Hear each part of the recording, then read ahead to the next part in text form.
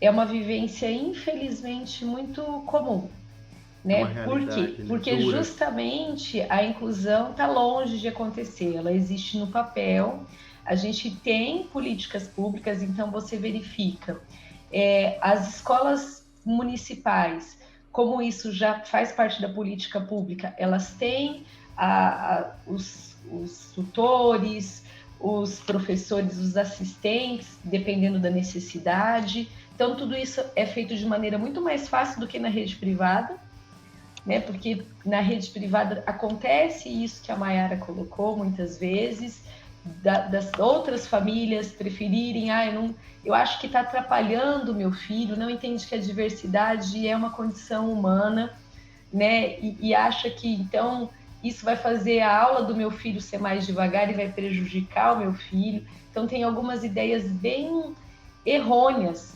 sobre o desenvolvimento, sobre a interação.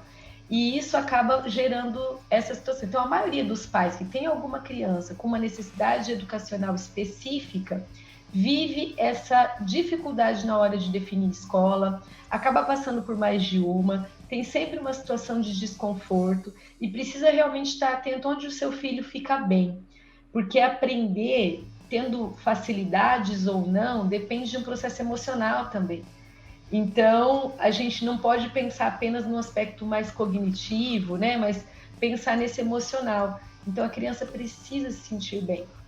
E a política pública, assim, a lei tem que existir, porque é a partir dela que a gente começa a poder ter força de briga, né? Para que a gente comece a exigir direitos e comece a juntar forças e fazer um movimento para que as coisas modifiquem-se. Mas é um processo longo ainda, né? É um processo longo. E no caso do TDAH, quando você tem o diagnóstico que a gente vê, eu estou dentro da escola também, eu faço acompanhamento tanto de alunos universitários como de alunos do do ensino médio. E muitas vezes, infelizmente aqui no Brasil, o diagnóstico é feito de maneira acelerada e às vezes o diagnóstico só serve para validar o não aprender. Então você tem um diagnóstico, mas você não usa ele para fazer uma intervenção, então a criança tem uma necessidade de X, então o que eu vou fazer de diferente com ela? Fica apenas para justificar, ela não aprende e ela fica de canto, então ela é incluída, mas não é de verdade, né? Então a gente precisa fazer com que os diagnósticos sejam usados para orientar a intervenção, que é outra briga que a gente tem no campo da educação. Muito bom. Antes Agora, de.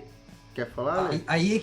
sim, aí Vai que lá. vem a importância de projetos, né, como esse que a gente está, né, a gente tá falando aqui, né, e a Mayara vem aí Com de forma certeza. corajosa, né, liderando, e enquanto a gente não encarar esse fato de frente, a gente está falando agora, né, nesse projeto de superdotação, mas por que, né, outras iniciativas, né, com outras pessoas, com outros grupos multidisciplinares, não podem falar de hiperatividade, né, ou outros distúrbios de aprendizado, né? Eu acho que é importante também a gente ter uma postura ativa, né, conduzir projetos, ações, iniciativas.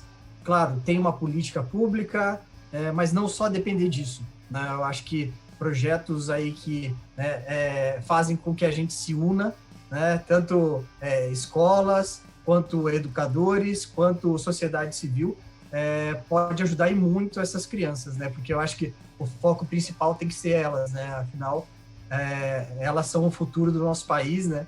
E um mundo só é bom se for para todo mundo, né? Então, eu acho que é importante a gente ter isso em mente, né?